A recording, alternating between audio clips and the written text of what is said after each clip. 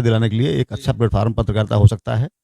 तो इसलिए मैंने सेवा भाव से ही पत्रकारिता को अपना अगर पैसा नहीं मिल रहा तो वो व्यक्ति क्या कर सकता है? उसके पास कितने ऑप्शन हैं? चूँकि संघर्ष लेना है या आपको टैक्सी वाले से अखबार का बंडल भिजवाना है जी। या आपको मोटरसाइकिल से या साइकिल से या सवारी से देने जाना है, तमाम समाचार पत्र चल रहे हैं, क्या ये चलना संभव है? नहीं चल पाता। ये बहुत रचनात्मक लेकिन प्रिंट मीडिया का वजूद कभी कम नहीं हुआ है।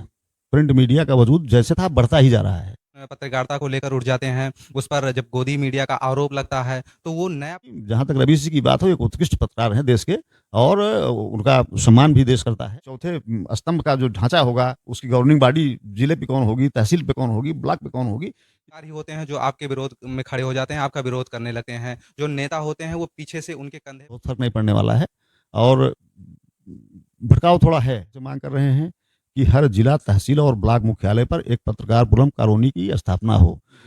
ग्रामीण फर्जी मामले में 302 का मुलजिम हुआ हूँ। करीब 20 साल पहले की घटना है। मेरा परिवार त्रासदी पेपर मैंने यूपी बोर्ड के आउट किए थे हाई स्कूल परीक्षा के, जिसके बाद पूरा जिला प्रशासन मेरे पीछे पड़ गया था। आप सभी को नमस्कार दोस्तों, मैं हूं जगन्नाथ मिश्रा और हमारे यूट्यूब चैनल पे आप सभी का बहुत-बहुत स्वागत है। दोस्तों, आज हमारे साथ में अ, अगर बात किया जाए तो पत्रकारिता जगत के बस्ती जनपद के पुरोधा और तेज तर्रार वरिष्ठ पत्रकार बस्ती जनपद के तहसील प्रभारी हरैया से दैनिक जागरण, हमारे साथ में अनिल ओझा जी जुड़े हुए हैं, जो कि आपका एक बहुत ही लंबा कार्यकाल पत्रकारिता जगत में रहा है। करीब अगर मुझे जहाँ तक जानकारी हो रही है कि 20 से 25 साल आपने पत्रकारिता में काम किया है, तो आपका एक लंबा दौर रहा है, एक लंबा अनुभव रहा है। तो आपके अनुभव को आज हम अपने दर्शकों के साथ में कुछ साझा करना चाहेंगे, तो इससे जुड़े तमाम सारे प्रश्न भी हमारे साथ में हैं। हमने अनिल ओझा जी से समय लिया। सर, हमारे चैनल पर आपका बहुत-बहुत स्वागत है। धन्यवाद आपको मिश्रा जी। आपके तमाम दर्शकों को नववर्ष की हार्दिक बधाई, शुभकामनाएं। आप अपने सवाल करें। सर, सबसे पहला सवाल तो मेरा यही है कि जब आपने पढ़ाई किया तो लोग पढ़ाई करते टाइम तमाम सारे और सपने देखते हैं कि मुझे अधिवक्ता बनना है, डॉक्टर बनना है, इंजीनियर बनना है। इस बीच में आपको ये कैसे लगा कि मुझे पत्रकार बनना चाहिए? आपने इसका चुनाव कैसे किया? मैं शुरू से स्वभाव समाज सेवी टाइप का व्यक्ति था और मुझे लगा कि समाज सेवा या ज़रूरतमंदों को न्याय दिलाने के लिए एक अच्छा प्लेटफॉर्म पत्रकारिता हो सकता है। तो इसलिए मैंने सेवा भाव से ही पत्रकारिता को अपना क्षेत्र चुना। जी, जी। जैसे उस टाइम पे पिताजी रहे, आपने आपके वो उन्होंने रोका नहीं कि आप पत्रकारिता में मत जाइए, इसमें बड़ा संघर्ष रहता है? मुझे मेरे पिताजी, मेरे बड़े भाई साहब श्री भोलानाथ ओझा जी, जी, जो आपके पूर्वांचल के वरिष्ठ बीमा अभिकर्ता हैं, वो कि जी, बीमा सलाहकार हैं।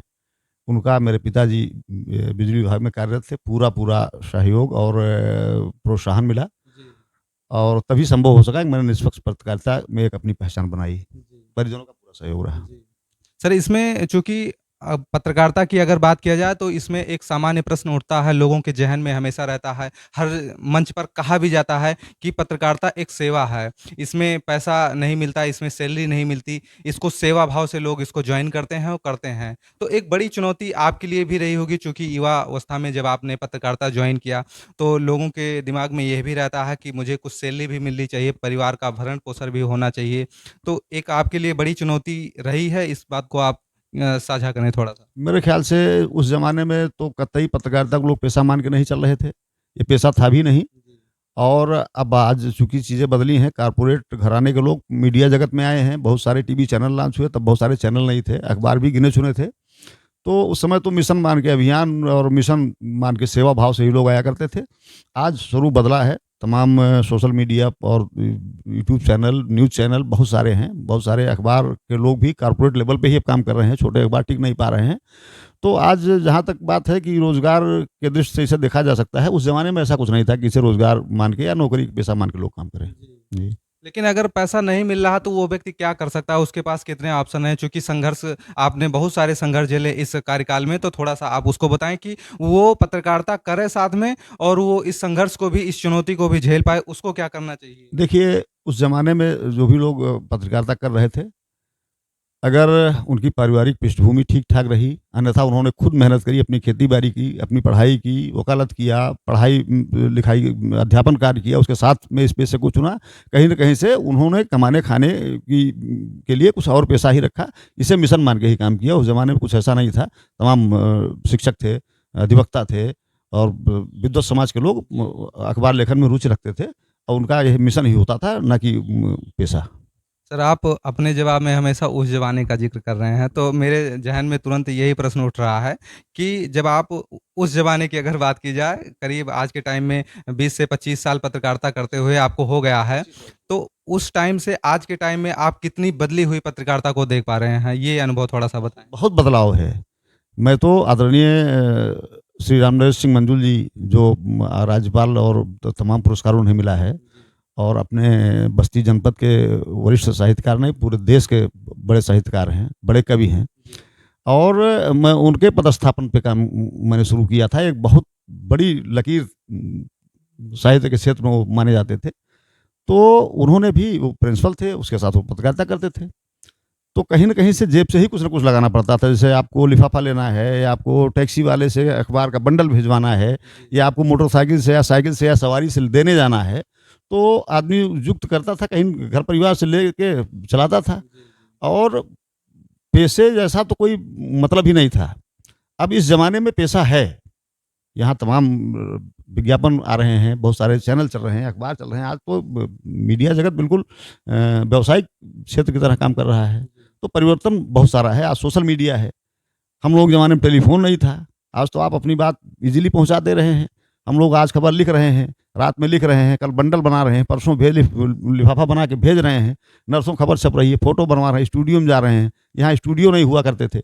स्टूडियो आपके बस्ती और कलर लैब जो है फैज़ाबाद में हुआ करते थे। वहाँ से फ़ोटो बनवा के लाना, फिर फ़ोटो भेजना, फ़ोटो के नीचे परिचय लिखना, कागज़ चिपकाना, बहुत सारी चुनौतियाँ थी। अब तो बहुत कुछ नहीं है। अब तो आमतौर पे लोग अपनी बात रख रहे हैं। हर आदमी पत्रकार है।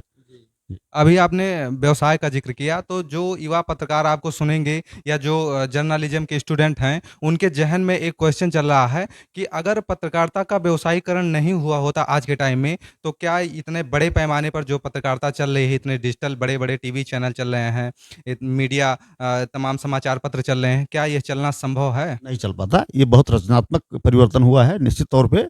आज लाखों लोग इस मीडिया जगत में अपना जो है उनका नियोजन है, उन्हें अच्छा पैकेज भी मिल रहा है और एक सम्मानजनक ज़िंदगी जी रहे हैं।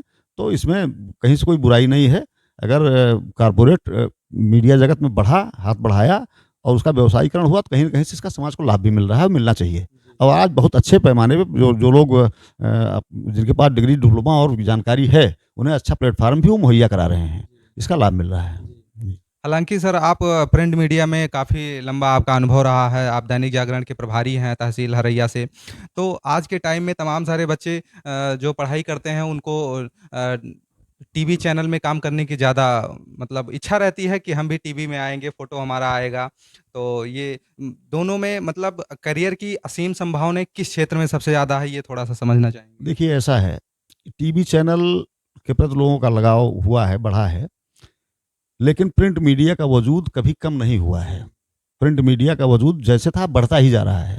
और एक बात और मैं कहूँगा कि ये आप हम लोग हिंदी भाषी क्षेत्र के लोग हैं, और हमारे देश में बहुत सारे राज्य हैं जहाँ उनकी भाषाओं में अखबार छपते हैं।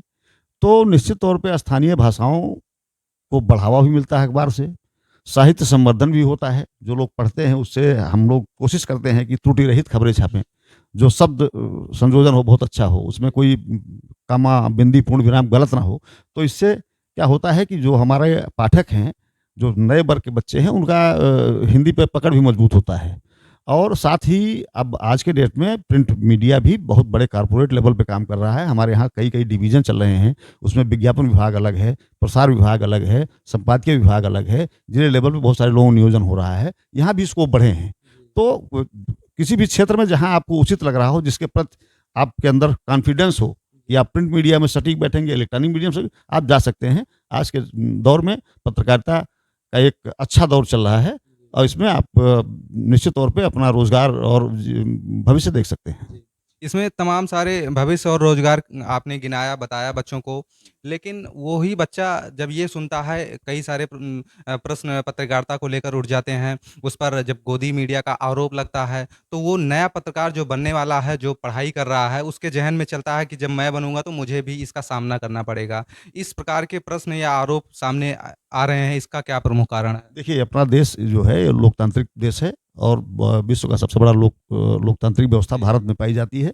यहाँ आरोप प्रत्यारोप का दौर बहुत दिनों से चलता रहा है। हमारी उम्र 52-53 साल है, हम लोग शुरू से देख रहे हैं।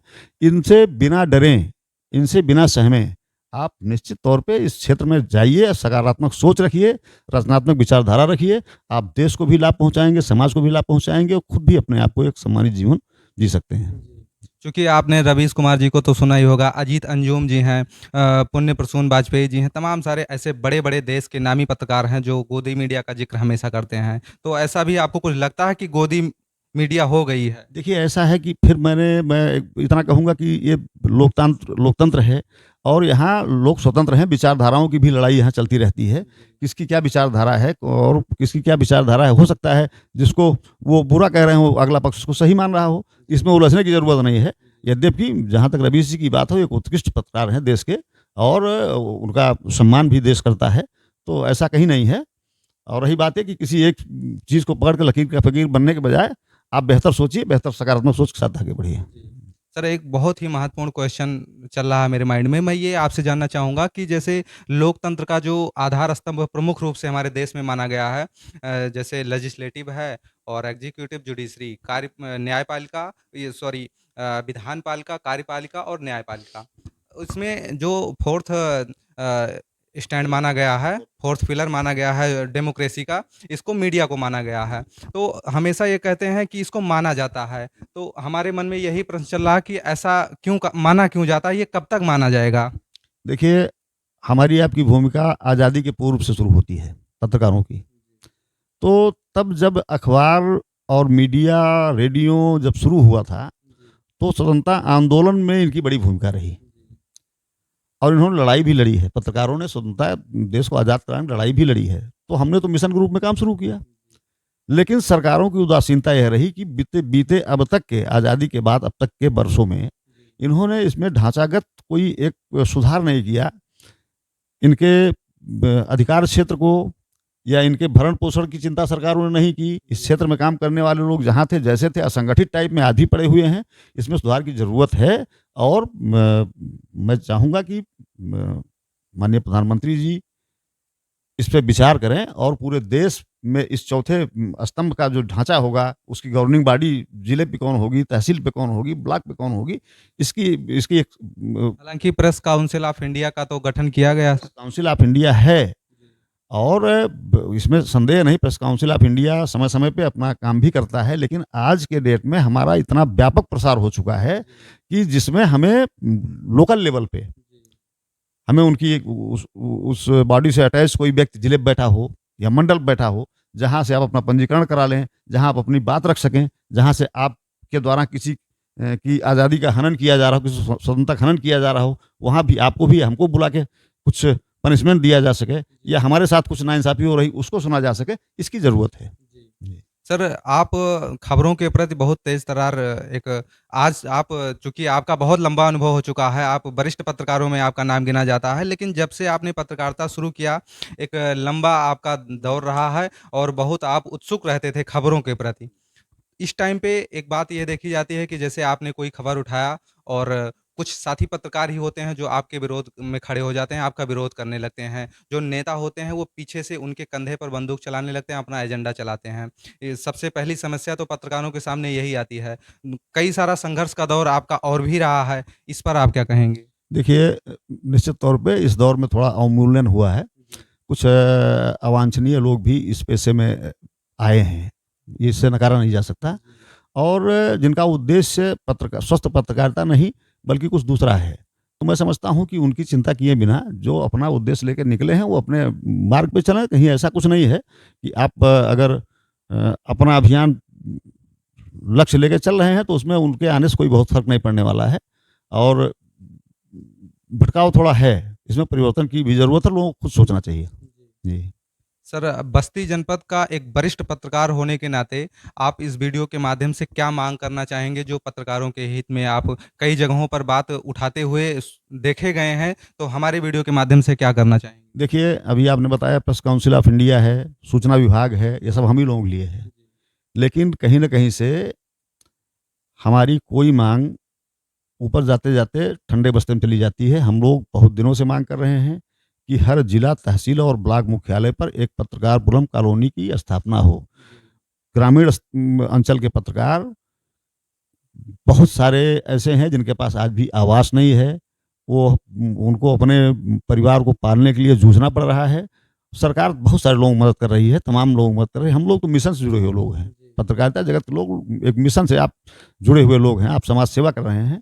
इसकी चिंता सरकार को करनी चाहिए। इसके लिए हम लोगों ने मांग भी रखी है और जिले स्तर पे एक डीएम के जो है स्तर पे एक समिति गठित होती है, जिसमें पत्रकारों को भी बुलाया जाता है। उसमें मैं चाहूँगा कि प्रत्येक ब्लॉक से, ना केवल जिले के ही नहीं, ब्लॉक स्तर से भी लोगों को बुलाया जाए, वो भी अपनी बात रखें, उन्हें उस समिति का मेंबर बनाया जाए और सारे पत्रकारों को जिन्होंने पत्रकारिता जगत में किसी भी मान्यता प्राप्त अखबार से, यूट्यूब चैनल से जहाँ से भी जो जिनकी मान्यता है, अगर उन्होंने 5 साल 3 साल की कोई अवधि पूरी की है, सरकार इसकी सीमा रेखा निर्धारित करे और उन्हें पेंशन और कम से कम इंश्योरेंस, एक सम्मानजनक इंश्योरेंस, पेंशन और आवास की सुविधा दे। इसकी मांग हम लोग कर रहे हैं और अभी आगे भी रणनीति बन रही है। अभी तमाम पत्रकार संगठन इस पे सरकार से संपर्क साध के अपनी मांग उचित फोरम पर रखेंगे। सर, आपका एक लंबा संघर्ष का दौर रहा है, तो जो भी बच्चे आपको सुन रहे हैं इस वीडियो के एंड में, उन सभी के लिए आप क्या मैसेज देना चाहेंगे? देखिए, पत्रकारिता एक जोखिम भरा क्षेत्र है। मेरी 25 साल की पत्रकारिता में मुझे भी बहुत सारे ऐसे दौर से गुजरना पड़ा है। मैं एक फर्जी मामले में 302 का मुलजिम हुआ हूँ। करीब 20 साल पहले की घटना है। मेरा परिवार त्रासदी के दौर से 3 महीने गुजरा, लेकिन हमारे तमाम पत्रकार साथियों ने, हमारे समाचार समूह ने, संस्थान ने, हमारे तमाम उन साथियों ने जिन्होंने जाना कि मैं निर्दोष हूँ, उनके प्रयास से मैं उस मामले से निर्दोष बाइज्जत बरी हुआ। मुझे जेल भी नहीं जाना पड़ा। ये पहली घटना रही। दूसरी घटना, मैंने 2005 में 5 पेपर मैंने यूपी बोर्ड के आउट किए थे, हाई स्कूल परीक्षा के, जिसके बाद पूरा जिला प्रशासन मेरे पीछे पड़ गया था। बहुत विरोधाभास था हमको लेकर के और बात हमारे ऊपर के अधिकारियों तक की गई। आदरणीय जिलाधिकारी महोदय ने हमसे स्वयं फ़ोन पे बात किया कि पेपर कहाँ से मिल रहा। हमने कहा ये बताना हमारे लिए, हमारे पेशे के लिए अनुचित है। बहुत सारी बातें हुई। अब इसके बाद कुछ लोगों ने, मेरे ही कुछ साथियों ने कुछ गलत संदेश मैसेज किया और मेरे एक शुभेच्छु को बिक्रमजोत के प्रमुख ढाबे से गिरफ्तार किया गया। इंडिया टुडे ने उस ज़माने में खबर छापी थी। आज भी उनकी कार सड़ रही है। हरैया थाने में एसडीएम और सीओ से मारपीट तक की घटना हो गई थी। बाद में एक ऐसी स्थिति आई कि मैं अपने कार्यालय में बैठा था और मुझे सूचना मिली कि अभी परीक्षा के बाद सारे जो नकल माफिया टाइप के लोग थे, उन्होंने बच्चों को बरगलाया था कि नकल नहीं होने पाएगी, ये बहुत छाप रहे हैं अखबार में, ऐसा करो इनके दफ्तर को घेर के फूंक दो, आग लगा दो, जल जाएं लोग। जब मुझे सूचना मिली तो हमने कहा भागना भी उचित नहीं है और मैंने तत्कालीन सीओ साहब से, यहाँ के थानाध्यक्ष महोदय से मैंने अपनी बात रखी कि ऐसी ऐसी बात है और ऐसी घटना हो सकती है। हालांकि उन्होंने, भले ही जिला प्रशासन नाराज था, लेकिन उन्होंने एक स्वस्थ जिम्मेदारी निभाते हुए उन्होंने हमें पर्याप्त सुरक्षा व्यवस्था मुहैया कराई। हमारे ऑफिस पे शाम तक लोग रहे और उन्हें देखकर शायद वो जिन लोगों ने षड्यंत्र रचा था वो पीछे हट गए, नहीं गए। ऐसी तमाम घटनाएं होती हैं। तो ये जोखिम भरा क्षेत्र तो है ही। आपके पास कोई दबा कुचला आदमी आएगा, उसको कोई दबंग परेशान कर रहा होगा, आप उसके साथ खड़े होंगे, क्योंकि आप पत्रकारिता का एक प्रमुख जो पहलू है वो जन पक्षधरता होनी चाहिए। आप जनता के पक्ष के हों। तो जब आप जनपक्षधर पत्रकार होंगे तो निश्चित तौर पे जो आदमी कानून हाथ में ले रहा है, जो व्यवस्था के खिलाफ खड़ा है, उससे आपकी लड़ाई है। तो उससे भी आपको बचना है, आपको उसकी मदद भी करनी है। तमाम चुनौतियां हैं, इसी बीच में काम करना है और इसके प्रति आदमी को अपनी पूरी जिम्मेदारी निभानी चाहिए और अपने अपने लोगों के प्रति, सुरक्षा के भाव के प्रति भी सतर्क रहना चाहिए। जी दोस्तों, अभी तक आप सभी वरिष्ठ पत्रकार दैनिक जागरण के तहसील प्रभारी अनिल ओझा जी को सुन रहे थे। तो मैंने उनके जीवन से रिलेटेड और पत्रकारिता के विभिन्न पहलुओं पर हमने चर्चा किया और आप सभी ने उनका जवाब सुना। इसका एक ही मैसेज सामने निकल कर आया है कि पत्रकारिता बहुत संघर्षों का भरा हुआ रास्ता है, तो इसमें आप सभी को घबराना नहीं है और सेवा के दृढ़ संकल्प को लेकर आगे बढ़ना है।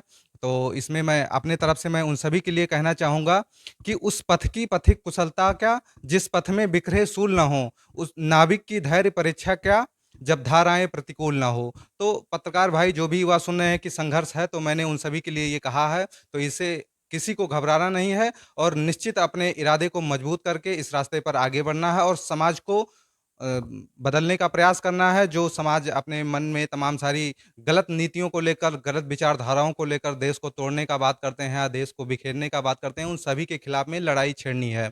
तो इसी के साथ में हमारे साथ में वरिष्ठ पत्रकार जुड़े आप, और आपने अपना अमूल्य समय दिया हमारे चैनल पर। हमारे दर्शकों को आपने इतनी सारी जानकारी दी, इसके लिए आपको सर बहुत-बहुत धन्यवाद। आपको भी धन्यवाद मिश्रा जी। धन्यवाद।